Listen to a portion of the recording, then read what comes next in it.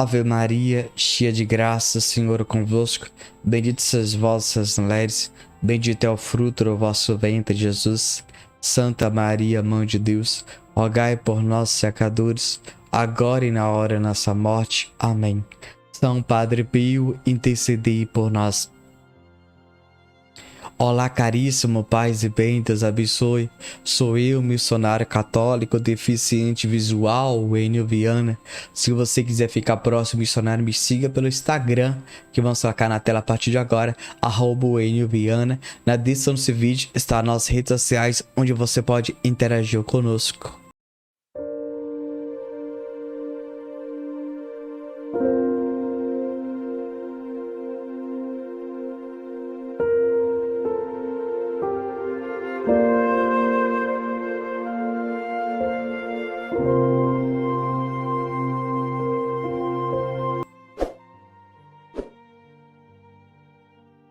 Aprenda a silenciar e confiar no Senhor.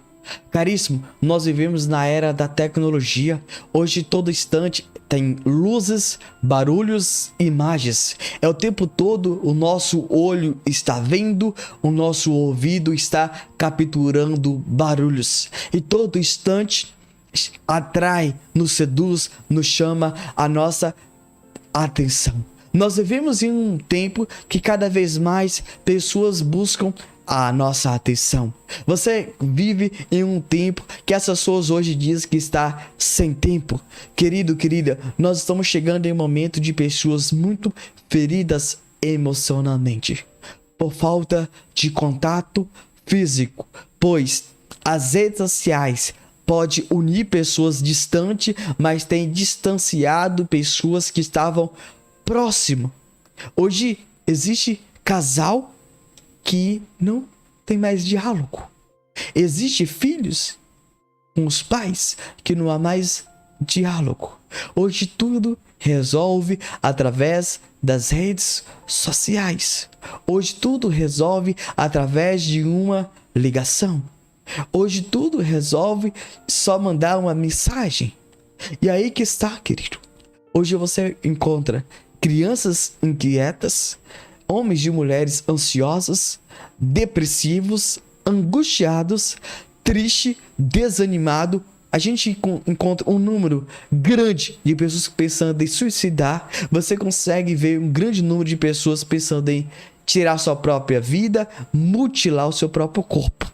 Hoje nós estamos, querido, querendo buscar resolver esses problemas, mas se a gente de fato aprofundar sobre tudo isso que eu acabei de falar, sobre essas informações, sobre esse dado, meus irmãos, nós precisamos entender um detalhe. Cada um de nós precisamos silenciar o nosso interior e aprender a confiar no Senhor. E por isso eu quero fazer uma pregação totalmente prática. Já expliquei para vocês a minha tese, o problema. Agora eu quero resolver esse problema. Porque se há um problema, nós temos que resolver. Exatamente. Querido, eu quero começar pelas crianças. Você percebe que as nossas crianças, já desde o início, após conseguir ficar em uma cadeira, ficar dentro do seu carrinho, a mãe já coloca diante de uma grande tela, e ali a criança começa a sorrir sem saber do que está sorrindo. E ali ela começa a gostar daquilo. E sempre aqueles programas que tá tendo, tem um tipo de que leva a um vício, que leva de fato uma dependência, que é a dopamina, e isso a criança começa de fato querer assistir mais e mais e mais e mais e mais. E a hora que a mãe desliga, ou a hora que a mãe tira o bebê, a criança de frente daquela tela, ela começa chorar. Você percebe? Você percebe que hoje os adolescentes, homens e mulheres, estão ficando a maioria do tempo diante de uma tela. Exatamente. Eu sei que você pode dizer abaixo mais ou menos.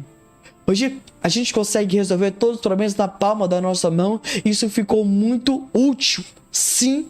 Só que nós temos que entender que, infelizmente, a nossa vida está sendo controlada por esse pequeno aparelho. Hoje a mãe não senta na mesa para almoçar com os filhos e o pai. Infelizmente ela manda mensagem pelo Zap e fala: filho, o almoço tá pronto. E o filho manda o áudio: daqui a pouco eu vou comer, véia. Entende? Aí ela manda no Zap pro marido: Mo, o almoço tá pronto. Aí ele diz: daqui a pouco eu vou, meu cheiro. E ele tá assistindo uma televisão. E aí daqui a pouco ela mostra sozinha com o telefone, assistindo. E aí que está, cada vez mais. E aí ouvindo barulho e vendo imagens. É o tempo todo. Hoje você percebe que a pessoa almoça olhando pra tela. A pessoa trabalha olhando pra tela. A pessoa viaja olhando, ouvindo algo. Querido, está assim, sim ou não? Comenta abaixo aí. Sim, sim, sim. Querido, agora eu quero tocar outro detalhe. Já falei, agora eu quero falar sobre os idosos. O normal, o padrão dos idosos dormir é às 9 horas. Uma brincadeira, vocês me perdoem pela brincadeira, mas dizia que os idosos dormiam com a galinha. Hoje, os idosos estão dormindo agora 23 horas. 1 hora da manhã. 1 hora da manhã tá mandando vídeo pros netos. Tá mandando foto. Tá fazendo ligação. Você está entendendo? Hoje, nós estamos dormindo menos, descansando nada. E por isso estamos vendo pessoas sempre cansadas. Por quê? Não descansou. Deprimida porque não descansou. Fracas porque não revigorou as forças durante a noite. E aí, pessoas nervosas e estressadas mentalmente porque a mente não parou de funcionar. E ela parou 1 hora da manhã, às 7 teve que levantar, levanta eletrizada, com a cabeça no problemas, nas dificuldades. E isso que está acontecendo com a nossa geração, no nosso tempo atual. Exatamente, querido. É isso que tem acontecido, sim ou não? Sim ou não? Comenta abaixo aí. Querido. Nós precisamos aprender uma coisa.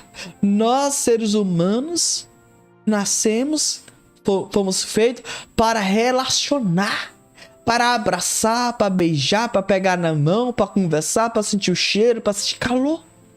Exatamente. Nós somos carentes. Nós precisamos de um abraço, de ouvir eu te amo. Tava com saudade de ti. Você é especial, você é precioso. Só que entenda um detalhe, querido.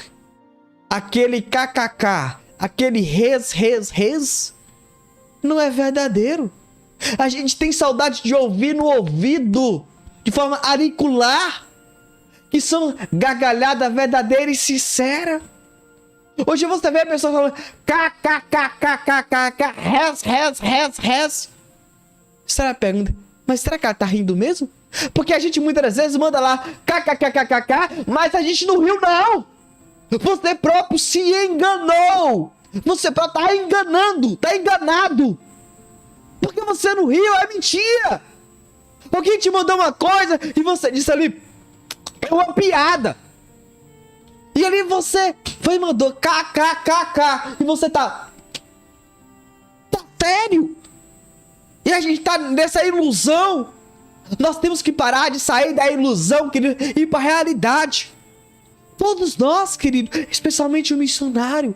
Por isso que quando eu vou para a missão, quando eu sou convidado para ficar em uma comunidade, em uma paróquia, em um determinado local, eu busco, querido, naquele local, sentar na mesa com todos, e ali ter um diálogo, e ali conversar com o pessoal, deixar o celular de lado, naquele tipo de missão, porque nós precisamos ouvir, dar conselhos, orientar o povo, porque vivemos um tempo dos barulhos, das luzes, todo instante.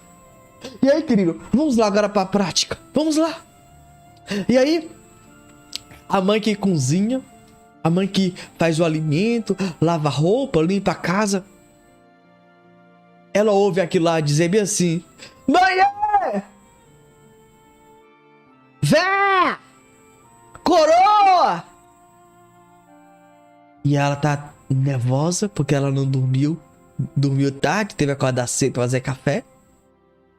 E o filho tá chamando, o marido tá chamando. E ela diz assim: nessa casa não tem um momento de tranquilidade, de silêncio. Não me deixe em paz. Essa casa parece um inferno. Não é isso que nós dizemos muitas vezes? Sim ou não? Comenta aí, querido, comenta. A gente vê pessoas dizer isso. A minha casa é um inferno. Mas sabe por quê? Porque você não descansou. Porque você não dormiu. E agora que a gente precisa silenciar, querido. E nós temos que permitir isso para nós mesmos. Sabe? Você não pode deixar que as redes sociais controlem a sua vida. Esse vício do jogo tá te destruindo, querido. Tá te destruindo. Tá te destruindo essa novela, tá te destruindo. Tá te destruindo. E por isso que você vê, olha, hoje você encontra pessoas olheiras, a voz rouca.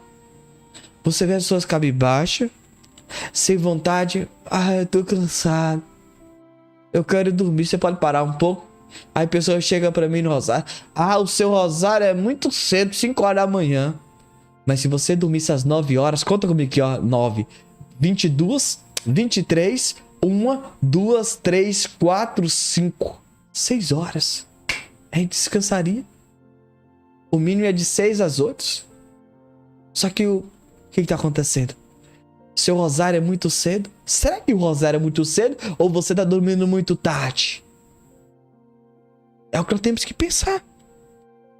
Eu preciso pensar, eu preciso refletir sobre isso. Nós precisamos. E aqui está um grande detalhe, querido. Então, a partir de hoje, vamos refletir e pensar sobre isso. Entende?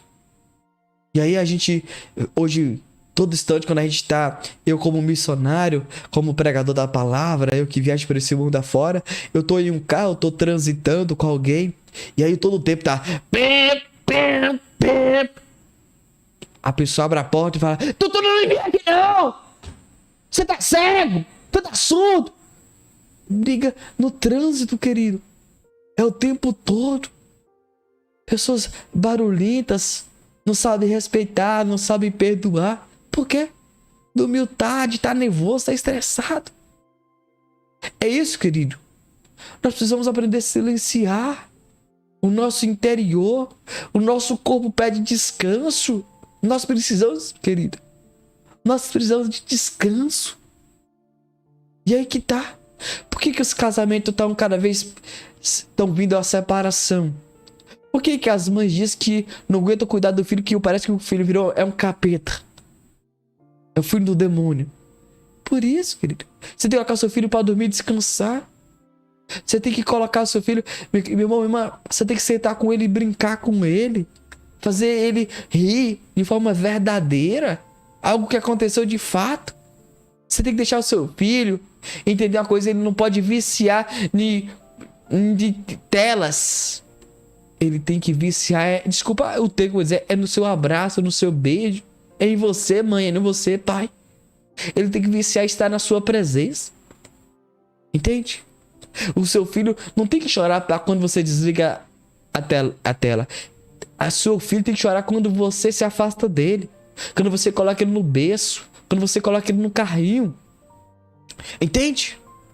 Hoje, se você tirar o celular da criança, do adolescente, o adolescente chora. Se for possível, ele vai querer até te agredir. Ele vai até querer avançar no seu mão para pegar o celular de volta. Entende? Os adolescentes, os jovens, deveriam querer avançar para abraçar os pais, para beijar os pais. Deveria isso. Mas infelizmente não é isso que acontece. Hoje, o casal, hoje eles querem estar nos celulares. Hoje, vai falar quando ele tá assistindo algo no celular, assistindo algo na televisão, vai falar alguma coisa. Cala a boca, eu tô assistindo aqui o jornal, eu tô assistindo aqui tal coisa, tô assistindo aqui minha novela, cala a boca, quieta aí, eu não quero ver o pio a partir de agora. Eles deveriam estar na mesa conversando com os filhos, com a esposa, dar um abraço, dar um cheiro, namorar, o casal namorar. E hoje tá do jeito que está, tudo estressado, tudo nervoso. É isso que tem acontecido conosco, querido. Nós precisamos eliminar isso da nossa vida, querido. Nós temos que tirar essa dopamina que está gerando em nós, em mim, em você, esse vício de querer assistir aquilo, de ver aquilo e aquilo de pessoas que estão ao nosso redor, que estão próximo de nós. Estamos eliminando, estamos excluindo. A partir de hoje, aprenda a silenciar. E aí o que está acontecendo? Pessoas que querem gritar, desabafar, falar. Sabe o que nós precisamos mesmo? É silenciar na presença de Deus. Ouvir o que Deus tem para nos falar, porque Deus quer curar o nosso interior. Deus quer curar o nosso coração. E precisa começar conosco. Silencie esses barulhos externos. Ouça a voz de Deus. Deus quer falar com você que você é especial. Que Deus o ama. Que Deus sonhou por esse momento aqui. Deus pensou nesse momento. Só que a gente está tirando no lugar de Deus e colocando uma tela. Pessoas estão substituindo uma missa presencial para assistir uma missa virtual. Pessoas estão substituindo uma adoração presencial para assistir uma adoração virtual. Hoje as pessoas estão tão acostumadas, diga assim nas mensagens, um beijo, um abraço, substituindo a coisa virtual por uma coisa presencial. Nós temos que entender uma coisa, querido. Nada substitui o presencial. Nada. Vamos aproveitar, querido, as pessoas que nós temos próximo de nós. Valorize, ame mais, abrace mais. Nós precisamos silenciar tudo aquilo, coisas externas. Silencia. Você pode mexer? Pode. Você pode assistir? Pode. Mas entenda a coisa, não substitui estar com seus filhos. Nada deve substituir, nada. Substituir com sua esposa, seu esposo, seus filhos. Nada. Ei, tem que ter uma hora de descanso, tem que ter hora de dormir. Não deixe que essas coisas controlem a sua vida. Que controle a sua hora. Ei, tenha o tempo para dormir, para descansar, para sentar na mesa, para comer, para rezar, para estudar, para trabalhar. Tem muito para descansar, para dormir. Olha como é que tá a sua vida. Olha, querido. Olha como é que você se encontra estressado, nervoso, irritado, chateado, só gritando. Você tem percebido isso? Você tem notado isso que está acontecendo com você? E as pessoas hoje, como é que se encontram? Tanto problema, tantas dificuldades. Hoje as pessoas vivem desconfiado. Hoje as pessoas vivem com medo, amedrontada, triste, chorando. As pessoas hoje vivem reclamando da vida, reclamando dos problemas, reclamando de tudo que tem acontecido, que está passando. Hoje encontra pessoas doentias. Nós precisamos hoje silenciar. Você precisa tirar esses excessos. E vamos hoje, a partir de hoje, querido, silencia o teu coração desses barulhos. Sabe? Talvez você vai ter que desligar aquelas notícias ruins que deixam você agitado, deixam você agressivo, áspero. Talvez você vai ter que eliminar esses conteúdos que levam você a ficar super nervoso. Talvez você precise eliminar isso da sua vida. Então a partir de hoje, elimina. Silencia isso, tira. A partir de hoje, nós precisamos, querido, confiar no Senhor, entregar a nossa vida. Tudo que nós estamos passando, nós iremos alcançar curas e libertação. Mas eu tenho que ser o primeiro protagonista para alcançar essa graça, essa libertação. Você precisa começar na vida dos seus filhos. Você precisa começar na vida dos seus adolescentes. Você como casado, você precisa viver isso. Entenda a coisa, vocês são eternos namorados. Nós precisamos, os idosos, volte a ser idoso. Não estou dizendo que os idosos não podem mexer nas redes sociais. Pode. Mas então, vocês precisam descansar, dormir. Vocês precisam voltar a abraçar.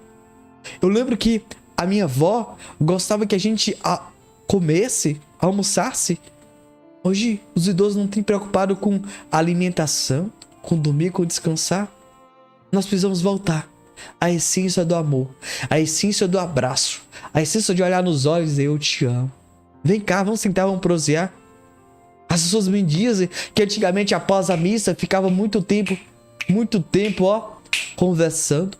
Hoje as pessoas acabam a missa, já vai correndo e indo embora para casa para ficar diante de uma tela. Entende? Precisamos criar uma roda de amigos e ali conversar como encontra a vida, como é que se encontra a situação, a realidade. Vamos, querido, silenciar os barulhos externos e vamos conversar. Vamos amar. Vamos abraçar. Porque para isso que Deus nos fez, para relacionar um com o outro. Amém? Vamos ler um relato que nós retiramos no nosso próprio site. Preste atenção nesse relato que vamos ler a partir de agora, por favor. Inquestionável a confiança inabalável de Padre Pio no projeto que o Senhor lhe confiou. Já em Pietrelcina, mas sobretudo quando chegou a San Giovanni Rotondo, o Padre Pio projetava uma fundação que o permitisse cuidar dos enfermos mais pobres. Naquela época, quando se conhecia o seguro de saúde, o enfermo pobre não contava mais que com a caridade alheia, qual nunca era suficiente. Em 1923, escrevia: "Faz muito tempo que desejo ter um estabelecimento onde possa cuidar ao necessitado em corpo e alma ao mesmo tempo." No ano de 1925, a 2 quilômetros do convento, em um dos bairros de San Giovanni Rotondo, fundou uma espécie de consultório-hospital composto por 2 salas, 2 quartos individuais e os serviços sanitários mais indispensáveis. As esmolas e a desinteressada prestação de alguns médicos da localidade permitiam cuidar gratuitamente até 20 enfermos. O mesmo prefeito Morcaldi foi o administrador. 13 anos funcionou à satisfação, até que em 1938 o edifício deteriorou-se, à causa de um terremoto, porém não acabando assim, com o ânimo de seu fundador.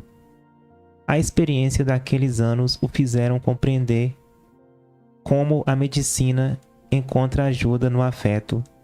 Advertiu também que quando rodeia o enfermo um ambiente fraternal, sua alma descansa e procura a Deus.